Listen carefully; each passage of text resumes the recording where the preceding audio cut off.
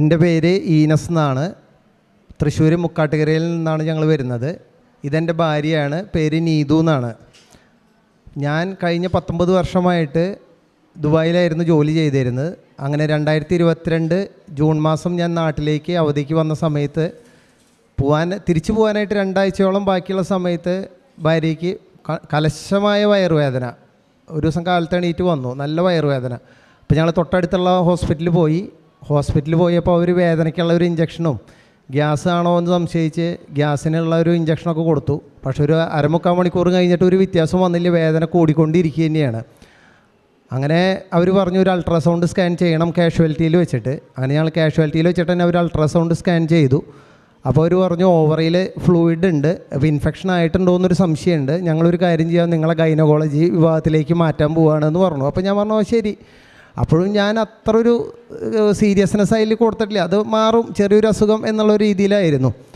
അത് കഴിഞ്ഞ് ഞങ്ങൾ ഗൈനക്കോളജിയിൽ വന്നു. അവിടുത്തെ മെയിൻ ഡോക്ടർ പരിശോധിച്ചു. അപ്പോൾ അവർ പറഞ്ഞു, ഇദ്ദേഹം പയ്യന് പറഞ്ഞു ഓവറിയിൽ ഫ്ലൂയിഡ് ഉണ്ട്, ചെറിയൊരു സിസ്റ്റ്മാതിരി കാണുന്നുണ്ട് അൾട്രാസൗണ്ട് സ്കാനിങ്ങിൽ, നമുക്ക് നാളെ തന്നെ ഓപ്പറേഷൻ ചെയ്യണം, അത് പെട്ടെന്ന് തന്നെ ഓപ്പറേറ്റ് ചെയ്ത് റിമൂവ് ചെയ്യണം എന്ന് പറഞ്ഞു. അപ്പോൾ ഞാൻ പറഞ്ഞു ഓക്കെ ശരി എന്ന് പറഞ്ഞു. ഇത് ഒരു ഉച്ചയ്ക്ക് ഒരു 11 മണി വരെ കഴിഞ്ഞിട്ടും വേദന നിൽക്കുന്നില്ല. അപ്പോൾ ഡോക്ടർ ഇത് പറഞ്ഞ് ഡോക്ടർ പോയി. അത് കഴിഞ്ഞ് രാത്രി ഒരു 7 മണിയായപ്പോഴും വേദന ഉള്ളേക്കാളും ഇരട്ടിയെന്നോണം കൂടിക്കൊണ്ടിരിക്കുകയാണ്. അപ്പോൾ ഡോക്ടർ പിന്നെ രണ്ടാമത്തെ വന്നിട്ട് പറഞ്ഞു നമുക്കൊരു CT സ്കാൻ ചെയ്യണം, കുറച്ചും കൂടി ക്ലിയർ ആവണം, വേറെ എന്തെങ്കിലും പ്രശ്നങ്ങളുണ്ടോ എന്നും കൂടി നമുക്ക് നോക്കേണ്ടതായിട്ടുണ്ട് എന്ന് പറഞ്ഞു. അപ്പോൾ ഞാൻ പറഞ്ഞു ശരി ചെയ്യാം, CT സ്കാൻ ചെയ്യാമെന്ന് പറഞ്ഞു. അങ്ങനെ രാത്രി 10 മണിയോട് കൂടിയിട്ട് CT സ്കാൻ ചെയ്തു. അതിൻ്റെ റിസൾട്ട് പിറ്റേ ദിവസം കാലത്ത് കിട്ടി. ഡോക്ടർ എന്നെ വിളിപ്പിച്ചു. ഡോക്ടർ പറഞ്ഞു ഫ്ലൂയിഡ് നിറഞ്ഞിട്ടുണ്ട്, അമരി നല്ലൊരു ഗ്രോത്ത്, സിസ്റ്റ് എന്ന് പറയുന്നത് ഓൾമോസ്റ്റ് വലിയൊരു ഗ്രോത്തായിട്ട് തന്നെ ഉണ്ട്, ഓവറയുടെ അത്രയും ഗ്രോത്താണ്. ഇതെന്താണ്, ഇതിന് മുന്നേ ഇതിൻ്റെ ലക്ഷണങ്ങളൊന്നും ഉണ്ടായിരുന്നില്ല, എന്തെങ്കിലും ഛർദിയോ അങ്ങനെയുള്ള. അപ്പോൾ ഞങ്ങൾ പറഞ്ഞു ഇല്ല, ഒന്നും ഉണ്ടായിരുന്നില്ല, അങ്ങനെ വലിയ പ്രശ്നങ്ങളൊന്നും അങ്ങനെ ഉണ്ടായിരുന്നില്ല എന്നും പറഞ്ഞു. അങ്ങനെ പറഞ്ഞു നമുക്ക് ഓപ്പറേഷൻ വേണ്ട, നമുക്കൊരു ഓൺകോളജിസ്റ്റിൻ്റെ ഒരു കൺസൾട്ടേഷൻ വേണമെന്ന് പറഞ്ഞു. അപ്പോൾ ഞാൻ തന്നെ അതിശയിച്ചു പോയി, എന്തിനാ ഓൺകോളജി? അപ്പോൾ പറഞ്ഞു ഇല്ല, ഇത് നമുക്കൊരു സെക്യൂരിറ്റി ഒരു ഇതിന് വേണ്ടിയിട്ടാണ്, ഉറപ്പിക്കാൻ വേണ്ടിയിട്ടാണ്, കുഴപ്പങ്ങളൊന്നും ഉണ്ടാവില്ല എന്നും പറഞ്ഞ് ഡോക്ടർ അങ്ങനെ ഓൺകോളജിസ്റ്റിനെ വരുത്തിച്ചു. അപ്പോൾ ഓൺകോളജിസ്റ്റ് കുറച്ച് ടെസ്റ്റുകളും കാര്യങ്ങളൊക്കെ പറഞ്ഞു. പിന്നെ ഈ ഫ്ലൂയിഡ് ചെക്ക് ചെയ്യാനായിട്ട് ബയോപ്സിക്ക് എടുത്തു. അങ്ങനെ ബയോപ്സിക്ക് എടുത്തിട്ട് 2 ദിവസം വരെ വെയിറ്റ് ചെയ്യേണ്ടി വന്നു അതിൻ്റെ റിസൾട്ട് കിട്ടാനായിട്ട്. റിസൾട്ട് കിട്ടിയപ്പോൾ അത് ക്യാൻസറാന്ന് പറഞ്ഞു.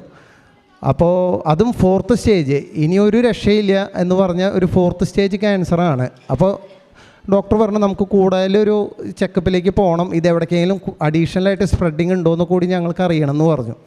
അപ്പോൾ ഞാൻ പറഞ്ഞു ശരി. അപ്പോൾ കോൺട്രാസ്റ്റ് CT എന്ന് പറയുന്നൊരു കമ്പനി ക്യാൻസറിൻ്റെ കാര്യങ്ങൾ പടർന്നത് എവിടെ വരെ ഉണ്ടെന്ന് കണ്ടുപിടി. അപ്പോൾ ആ കോൺട്രാസ്റ്റ് CT ചെയ്തപ്പോൾ വൻകുടലിലേക്ക് ഇത് വ്യാപിച്ചു, പിന്നെ അതുമാതിരി പെരിട്ടോണിയത്തിലേക്കൊക്കെ വ്യാപിച്ചിട്ടുണ്ട്.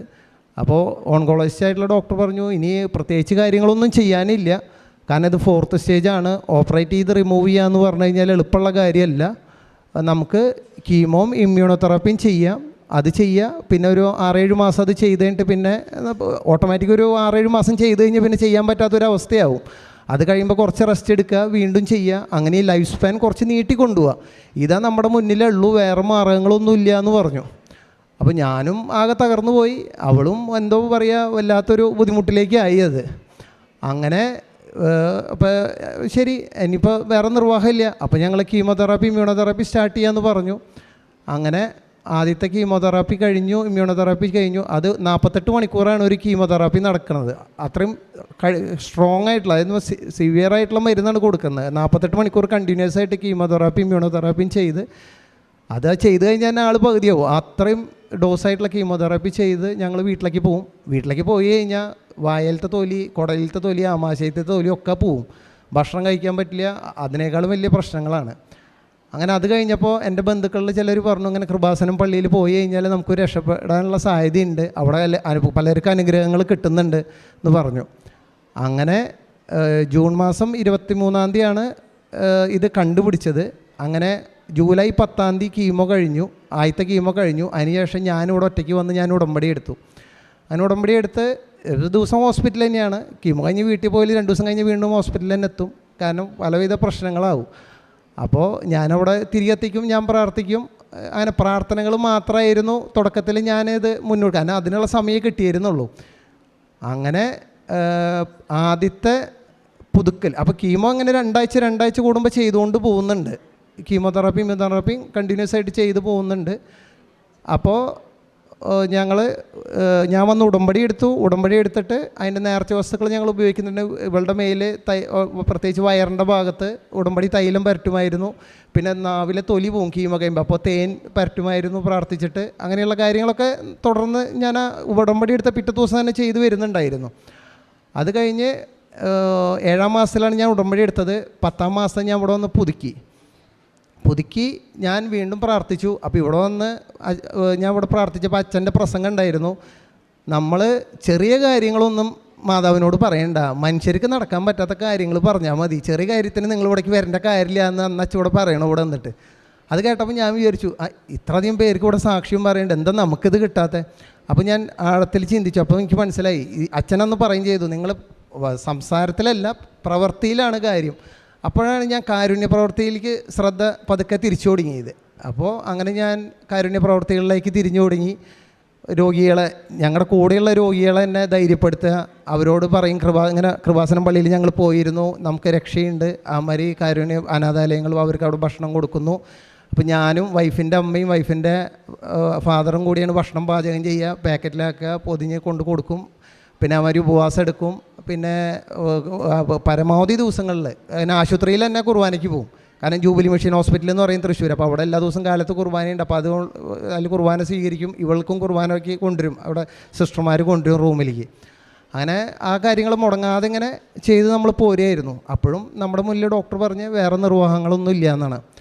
അത് കഴിഞ്ഞ് നവംബർ മാസത്തിൽ ഞങ്ങൾ വിചാരിച്ചു എന്തായാലും വൈഫിനെ ഇവിടെ കൊണ്ടുവരിക എന്നുള്ളൊരു കൃപാസനം പള്ളിയിലേക്ക് മാതാവിൻ്റെ അടുത്തേക്ക് ഒന്ന് കൊണ്ടുവരണം എന്നുള്ളൊരു ആഗ്രഹം വന്നു. അങ്ങനെ ഇവളെയും കൂട്ടി ഞങ്ങൾ ഇവിടേക്ക് വന്നു. ഇവിടെ വന്ന് ഞങ്ങൾ പ്രാർത്ഥിച്ചു. പിന്നെ അച്ഛനെ കണ്ടു. അപ്പോൾ അച്ഛൻ്റെ ബ്ലെസ്സിങ്സ് കിട്ടി. പിന്നെ അച്ഛൻ സൈത്ത് വൈഫിൻ്റെ തെറ്റിയിൽ വരച്ചു കൊടുത്തു. പിന്നെ കയ്യിൽ വെച്ചിട്ട് പറഞ്ഞു, നിങ്ങൾ അസുഖമുള്ള ഈ നമ്മുടെ വയറിൻ്റെ ഭാഗത്ത് നിങ്ങളത് തേക്കണം, കുരിശ് വരയ്ക്കണം, വിശ്വാസ പ്രമാണം ചെല്ലണം, പ്രാർത്ഥിക്കണം. അപ്പോൾ വൈഫ് അതൊക്കെ ചെയ്തു. അച്ഛൻ്റെ ബ്ലെസ്സിങ് കിട്ടി. ഞങ്ങൾ പ്രാർത്ഥിച്ച് തിരിച്ചു പോയി. അങ്ങനെ ഇത് നവംബറിലാണ് നടക്കുന്നത്. അങ്ങനെ നവംബറിൽ അപ്പോൾ കീമോ ഇങ്ങനെ 14 ദിവസം കൂടുമ്പോൾ ഇതിങ്ങനെ കണ്ടിന്യൂ ചെയ്യുന്നുണ്ട്. അപ്പോൾ ഇവൾക്കാന്ന് വെച്ച് കഴിഞ്ഞാൽ കൈയിൻ്റെ അടിയൊക്കെ പൊള്ളി, കാലിൻ്റെ അടിയിൽ പൊള്ളി. കീമോ കഴിഞ്ഞ് കഴിഞ്ഞാൽ നിലത്തേക്ക് ഒരു അടി ഇറക്കാൻ പറ്റില്ല, കംപ്ലീറ്റ് നീല കളറാണ് പൊള്ളിയിട്ട്, ചുട്ട് നീറ്റാന്ന് വെച്ചാൽ സഹിക്കില്ല. അങ്ങനെ ഡിസംബർ അവസാനം ഡോക്ടർ പറഞ്ഞു നമുക്കൊന്ന് സ്കാൻ ചെയ്ത് നോക്കാം എന്താ അവസ്ഥയായി ഉണ്ടെന്ന് നോക്കാം. അപ്പോൾ അതിൻ്റെ ഇടയിൽ ഈ 4 കീമോ കഴിയണതിൻ്റെ കൂടെ ഞങ്ങൾ സ്കാനിങ് ചെയ്തുകൊണ്ടിരിക്കുന്നുണ്ട്. പക്ഷെ അതിലൊന്നും ഒരു റിഫ്ലക്ഷൻ ഉണ്ടായിരുന്നില്ല. പക്ഷേ നവംബറിൽ ഞങ്ങൾ ഇവിടെ വന്നു, ഇവിടെ അച്ഛനോട് ബ്ലെസ്സിങ് നടത്തി പ്രാർത്ഥിച്ച് തിരിച്ചു പോയി. ഡിസംബർ 31 കഴിഞ്ഞപ്പോൾ ഡോക്ടർ കണ്ടപ്പോൾ നമുക്കൊന്ന് സ്കാനിങ് ചെയ്ത് നോക്കാം, അടുത്ത സ്കാനിങ്ങിന് സമയമായിട്ടുണ്ട്. അപ്പോൾ 4 കീമോ കഴിയുമ്പോൾ സ്കാനിങ് ഉണ്ട്. അങ്ങനെ 4 കീമോ കഴിഞ്ഞ് അടുത്ത സൈക്കിൾ കഴിഞ്ഞപ്പോൾ സ്കാനിങ് ചെയ്തപ്പോൾ ഡോക്ടർ പറഞ്ഞു ഭയങ്കര വ്യത്യാസമുണ്ട്, നമുക്ക് ഓപ്പറേഷനുള്ളൊരു സാധ്യത തെളിഞ്ഞിട്ടുണ്ടെന്ന് പറഞ്ഞു. അപ്പം എനിക്ക് മനസ്സിലായി ഇത് സംഗതി ക്ലിക്കായി, ഇത് നമ്മൾ രക്ഷപ്പെടാനുള്ളൊരു മുന്നോടിയാണെന്നുള്ള കാര്യം അപ്പം എനിക്ക് മനസ്സിലായി. പിന്നെ നമ്മുടെ പ്രാർത്ഥനയും കാരുണ്യ പ്രവർത്തികളെല്ലാം സകല ശക്തി എടുത്തിട്ട് നമ്മൾ മുന്നോട്ട് പിടിച്ചു. അങ്ങനെ നമ്മൾ ഓപ്പറേഷൻ നടത്തി. മാർച്ച് 20 ആയിരുന്നു ഓപ്പറേഷൻ കഴിഞ്ഞിട്ട് കുറച്ച് കോംപ്ലിക്കേഷനൊക്കെ ഉണ്ടായിരുന്നു. അപ്പോഴും നമ്മൾക്ക് എന്താ മാതാവ് രക്ഷിക്കും എന്നുള്ളൊരു വിശ്വാസം അവളിലും ഉണ്ടായിരുന്നു, എന്നിലുണ്ടായിരുന്നു, വീട്ടുകാരിലെല്ലാവരിലും ഉണ്ടായിരുന്നു. അങ്ങനെ ഓപ്പറേഷൻ കഴിഞ്ഞു. വീണ്ടും 4 കീമോയും ചെയ്തു. അത് കഴിഞ്ഞ് ജൂൺ മാസം 30 ഞങ്ങൾ പെറ്റ് സ്കാൻ എടുത്തപ്പോൾ അതിൽ കംപ്ലീറ്റ് നോർമൽ, ഒരു കുഴപ്പമില്ല എന്ന് പറഞ്ഞു. അതിനുശേഷം മാർക്കിംഗ് ടെസ്റ്റ് എടുത്തു, ബ്ലഡിൽ യാതൊരു കുഴപ്പമില്ല എന്ന് പറഞ്ഞു.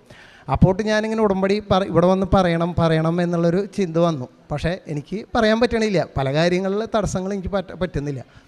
അത് കഴിഞ്ഞ് സെപ്റ്റംബർ മാസം 30 വീണ്ടും പെറ്റ് സ്കാൻ എടുത്തു. അതിലും യാതൊരു കുഴപ്പമില്ല. 3 മാസം കഴിഞ്ഞിട്ട് വീണ്ടും എടുക്കണം, അതിലും യാതൊരു കുഴപ്പമില്ല. ഇപ്പോൾ ഈ നവംബർ മാസം 1 വീണ്ടും ബ്ലഡ് ടെസ്റ്റ് എടുത്തു, അതിലും കുഴപ്പമില്ല. അപ്പോൾ കഴിഞ്ഞ 5 മാസമായിട്ട് ആൾക്ക് ഒരു മരുന്നോ ഒന്നുമില്ല, എല്ലാം പൂർണ്ണമായിട്ട് മാറി, ഒരു കുഴപ്പമില്ലാത്ത അവസ്ഥയിലാണ് ഇപ്പോൾ നിൽക്കുന്നത്. അത് അമ്മയോട് ഇവിടെ വന്ന് ഉടമ്പടി എടുത്തതിൻ്റെ ഫലമായിട്ടാണ് എന്ന് ഞാൻ പൂർണ്ണമായിട്ട് വിശ്വസിക്കുന്നു. അതിന് അമ്മയോടും തൃക്കുമാരനോടും 1000 നന്ദിയുണ്ട്. പിന്നെ രണ്ടാമത്തെ ഒരു കാര്യം എനിക്ക് പറയാനുള്ളത് എന്താണെന്ന് വെച്ചാൽ, ഞാൻ പറഞ്ഞ മാതിരി 19 കൊല്ലം ദുബായിലായിരുന്നു ജോലി. അവിടെ നല്ല ജോലിയായിരുന്നു, നല്ല ശമ്പളവും കാര്യങ്ങളൊക്കെ ഉണ്ടായിരുന്നു. പിന്നെ ഈ അസുഖങ്ങളുടെ വന്നോടുകൂടിയിട്ടെന്ന് വെച്ചാൽ ഞാൻ ഫുൾ ടൈം ഹോസ്പിറ്റലാണ്, ഇവിടുന്ന് തിരിച്ചു പോകാനും പറ്റിയില്ല. പിന്നെ തിരിച്ചു പോകാനായിട്ടുള്ളൊരു മാനസികാവസ്ഥ ഉണ്ടായിരുന്നില്ല. അപ്പോൾ ഞാൻ വിചാരിച്ചിരുന്നു ഇവിടെ ഒരു ജോലിക്ക് ശ്രമിക്കാം. അപ്പോൾ ഇവിടെ നമ്മുടെ വീടിൻ്റെ തൃശ്ശൂരൊന്നും അത്രയധികം വലിയൊരു നമ്മൾ ഉദ്ദേശിക്കുന്നത്, അവിടെ വലിയൊരു ശമ്പളത്തിൽ ജോലി ചെയ്തിട്ട് ഇവിടെ വന്നിട്ട് ആ ഒരു സാലറിയിൽ ജോലി ചെയ്യാനുള്ളൊരു മാനസികാവസ്ഥയില്ല. അപ്പോൾ ഇവിടെ എന്തെങ്കിലും ഒരു ബിസിനസ് തുടങ്ങണം എന്നുള്ളൊരു ആഗ്രഹം ഉണ്ടായിരുന്നു. അപ്പോൾ എല്ലാവരും പറയും ബിസിനസ്സൊന്നും തുടങ്ങണ്ട, ഇവിടെ തുടങ്ങിയ രക്ഷപ്പെടുന്നില്ല, ഉള്ള കാശ് വെറുതെ കളയണ്ട എന്നുള്ളൊരു. അപ്പം ഞാൻ ദൈവത്തിനോട് ഇവിടെ ഉടമ്പടിയിൽ അതും വെച്ചിട്ടുണ്ടായിരുന്നു, യേശുവിന് എന്താണ് ഇഷ്ടം അത് എനിക്ക് നടത്തി കിട്ടണം. ജോലിയെന്നും പറഞ്ഞില്ല, ബിസിനസ്സും പറഞ്ഞില്ല, എൻ്റെ ഭാവി ജീവിതം ദൈവത്തിന് ഇഷ്ടപ്പെട്ട മാതിരി തിരഞ്ഞെടുക്കാനുള്ള ഒരു അനുഗ്രഹം എനിക്ക് കിട്ടണമെന്ന്. അപ്പോൾ അങ്ങനെ ആ സമയത്ത് ഇങ്ങനെ ഇരിക്കണ സമയത്ത് ഞാനൊരു യൂറോപ്യൻ കമ്പനിയോട് തൃശ്ശൂർ ഒരു ഓഫീസ് തുടങ്ങിയിരുന്നു. അപ്പോൾ അവിടെ ഒരു അക്കൗണ്ട്സ് മാനേജറുടെ പോസ്റ്റ് വേക്കൻസി ഉണ്ടെന്ന് പറഞ്ഞു.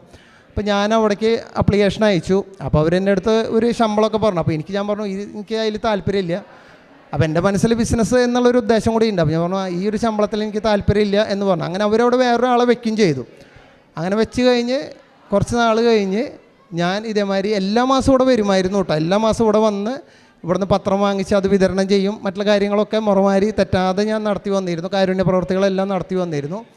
അങ്ങനെ ഒരു ദിവസം ഒരു മാസത്തിലെ കൃപാസനത്തിലേക്ക് ഇങ്ങോട്ട് വരുന്ന സമയത്ത് ഞാൻ ട്രെയിനിൽ എറണാകുളം കഴിഞ്ഞ് ചേർത്തല എത്തണ സമയത്ത് എനിക്കൊരു ഫോൺ കോള്, ഈ യൂറോപ്യൻ ഓഫീസിൻ്റെ ഇന്ത്യൻ ഓഫീസുണ്ട്, ഇവിടുത്തെ ജനറൽ മാനേജർ എന്നെ വിളിച്ചിട്ട് പറഞ്ഞു നിങ്ങൾക്കൊരു ഇമെയിൽ യൂറോപ്പ് ഓഫീസിൽ നിന്ന് അയച്ചിട്ടുണ്ട്, അതിനൊന്നും മറുപടി അയക്കണം എന്ന് പറഞ്ഞു. അപ്പോൾ ഞാൻ പറഞ്ഞു ഞാൻ ട്രെയിനിലാണ്, ഞാൻ നോക്കിയിട്ട് അയക്കാമെന്നും പറഞ്ഞു.